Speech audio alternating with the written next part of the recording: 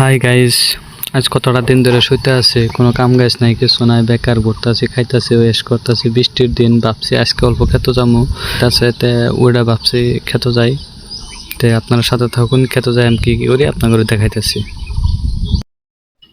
আসলে তো খেতে যাওয়ার উদ্দেশ্য এটাই, কারা কারা মানে গাছ কাটে আজকে ধরতে রাস্তা থেকে দিদি আইতেছে, দিদির লোক হয়ে গেল, ফাইনালি বাইনেরও নিয়ে আইতেছে। বাইনে আমার আদরে বাইনে, সেই কুলো নিতেছি, কুলো নিবা নাকি জোর জবরদস্তি করতেছি, বাইনে আইতেছে না। বাইনে কান্দাকানি করতেছে, কান্দাকানি করার উদ্দেশ্য এটাই যে আমরা যাইতে গেছিলাম জানি, তার জন্য কান্দান হাসি দিছে, বাস মনটা খুশি।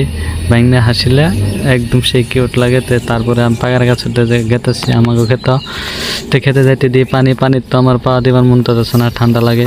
ঠান্ডা না লাগলেও ঠান্ডা লাগে, গরমের দিন যাক। আর ধান ক্ষেত কি সুন্দর।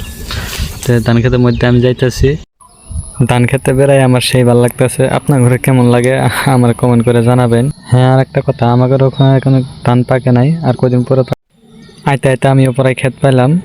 ফাইনালি এই যে ক্ষেত পাই গেছি গে, দেখুন ক্ষেতে এই যে ধরুন সামনে ধরুন ঘাস কাটে কি করছে, ঘাস কাটে নিয়ে গেছে গা।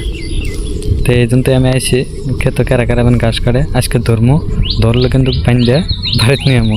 ঘাস খাসি বস্তা হইতে বান্ধে বাড়িতে নিয়ে এবার মানুষ হইতা।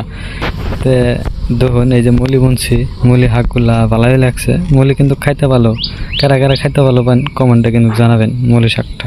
এই যে আমার মুলি ক্ষেতের ভিউটা একটু দেখুন। মুলি ক্ষেত তো কোয়াই যায় না, কবার গেলে ঘাসের ক্ষেত যে গাছ জ্বলাইছে। মূলা ক্ষেতের পাশাপাশি আমার একটা ক্ষীরা ক্ষেত আছিল, ক্ষীরা ক্ষেত আমি একটা ক্ষীরা ছিলাম, ক্ষীরা ছিঁড়া বাস খাওয়া ধরলাম। তো ক্ষীরা কেরা ভালো পান কবেন।